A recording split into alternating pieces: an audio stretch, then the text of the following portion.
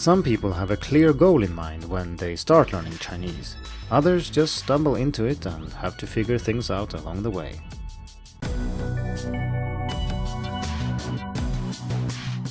Hello and welcome to the Hacking Chinese podcast. In this week's episode, I will share a little bit about why I started learning Chinese, which is something I don't talk about a lot. I mean, my own journey and how I learned and so on. Not because I think that personal stories can't be interesting, but because I think the topic at hand is usually more important than what I happen to do or what I happen to experience.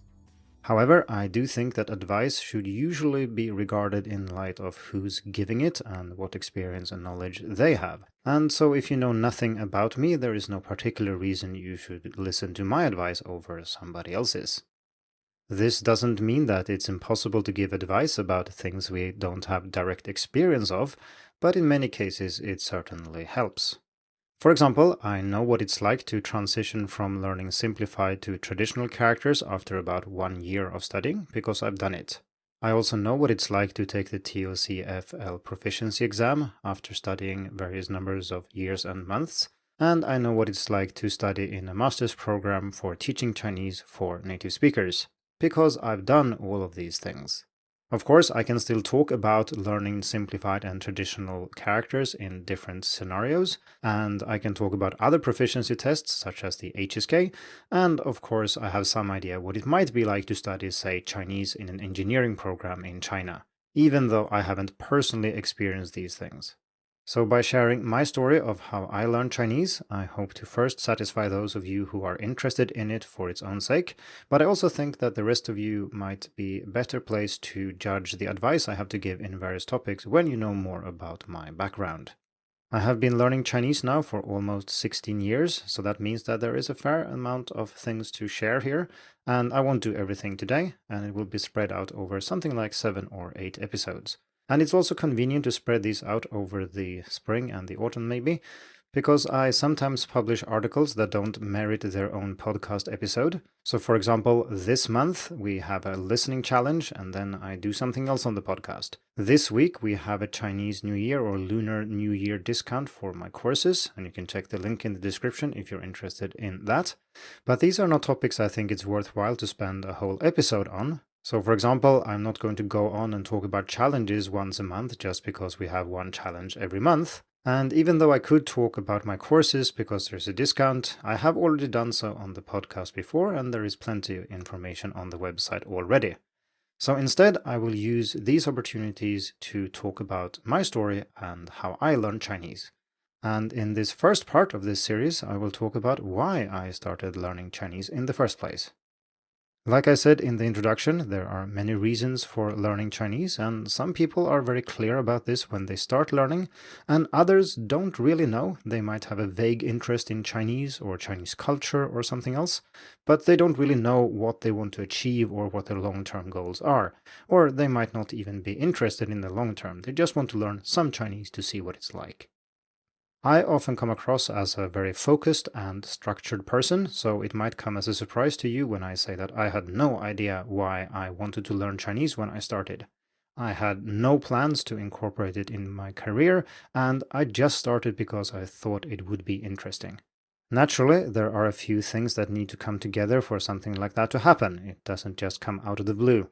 There has to be an opportunity to learn, and it needs to be possible to take that opportunity based on what other things you're doing. And of course, there are also reasons why I started learning Chinese and not Japanese or Arabic or Swahili or something else. So when I say I stumbled into Chinese, I obviously didn't roll a die and then decide what to do, but looking back, I could have ended up doing many other things, including other languages or things that aren't related to languages at all. And that is indeed what I did after high school. I enrolled in a psychologist's program, which I thought was terribly interesting, although I really couldn't envision myself working as a professional psychologist, which is why I switched to teaching, which is something I've also been interested in a long time. Teaching languages was a fairly natural choice, at least at the time, but that was a fairly recent thing. In junior high school, for example, I did not see myself as a language person. I did not like French. I kind of liked English, but I hadn't really considered teaching it back then. But then in senior high school, I started focusing on languages more, and I also enjoyed it a lot more. So becoming a language teacher was not plan A, but it certainly was plan B. Chinese wasn't even on the horizon at this point though. Instead, I wanted to teach English and Swedish. So how come I chose Chinese then, rather than sticking with Swedish and English, or indeed choosing some other language? For this, we need to go back a few more years, maybe to the late 90s in my case, which would be junior high school for me, when I started practicing martial arts more seriously, which at that point meant jiu-jitsu. As you probably know, this is a Japanese martial art, so you might think I should have ended up with hacking Japanese, but this is not what happened. Instead, because I was rather curious, I tried out a number of martial arts, basically anything I could find in my hometown, which means maybe a dozen or so, perhaps a little bit more. Now, this podcast is about learning Chinese, not martial arts, but after testing all these different styles that I found, there was one that stuck out to me as more interesting than the others for various reasons, and that was Taiji Quan, or Tai Chi if you want to pronounce it in an English fashion. The style I found was very appealing to me because it seemed to contain everything. And with everything, I mean smooth and flowing hand form along with weapon forms, full contact fighting, self-defense, and a lot of things in between. More importantly, for the purpose of this podcast episode though, it also had a kind of philosophical depth that I had not seen in the other styles that I practiced.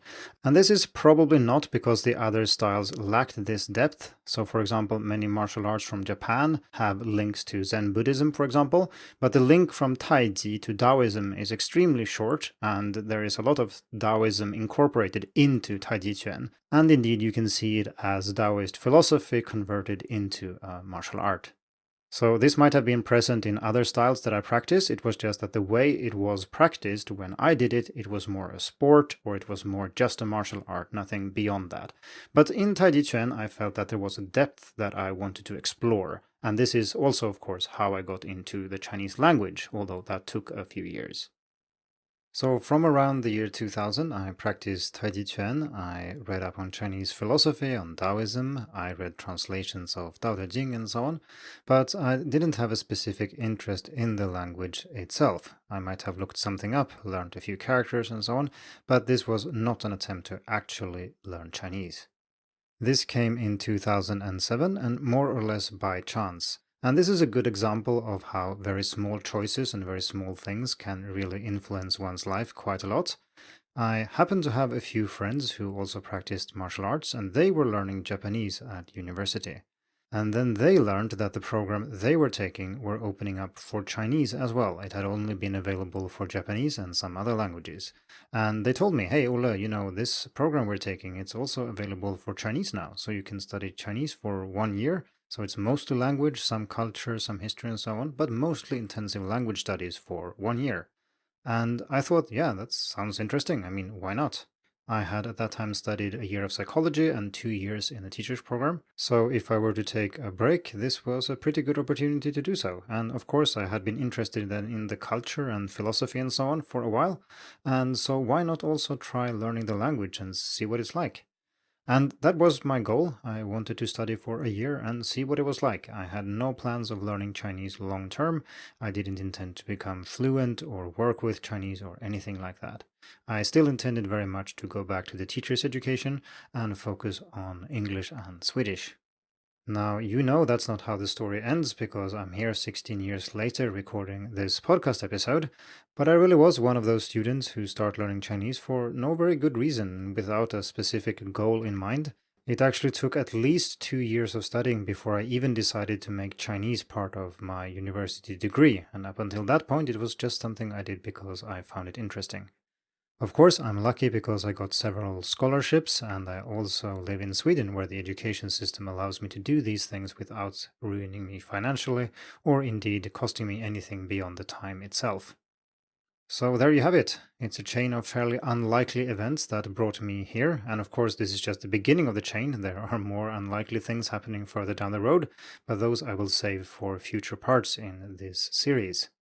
First, I started with martial arts, and then this happened to lead to Taiji Quan. And who knows, if this specific style of Taiji Quan hadn't been available right when I was interested in trying things out, my interest in Chinese culture and Chinese philosophy would not have been kindled, or at least not then and there and in that way. And if my friends hadn't also practiced martial arts and then also studied Japanese and happened to notice that this program was available in Chinese, I would never have known about it. I didn't keep track of these things. I did not look for language programs in Chinese. Or indeed, if the program simply had started 2 years later or somewhere else in Sweden, I wouldn't have looked that up. I wouldn't have sought out these opportunities and they wouldn't have come to me. But they did, and I took them, and that's why I'm here now. In the next part of this series, I will talk about my first year of learning Chinese in Sweden, which was an intensive course, but still very much of the traditional kind, meaning that I learned a lot of words, grammar, characters, and so on, but I didn't really learn to use the language that much, and it was far from an immersion experience. So stay tuned for that, and in the meantime, it would be interesting to hear why you started learning Chinese. I presume that most listeners are already learning Chinese, or maybe there are some who are considering starting. But in any case, if you are willing to share your story about how you started learning Chinese, head over to the article on Hacking Chinese, and there's a link in the description as usual, and share your story. Thank you for tuning in to the Hacking Chinese podcast. If you like this episode, please share it. More information and inspiration about learning and teaching Chinese can be found at hackingchinese.com. See you in the next episode, and until then, good luck with your studies.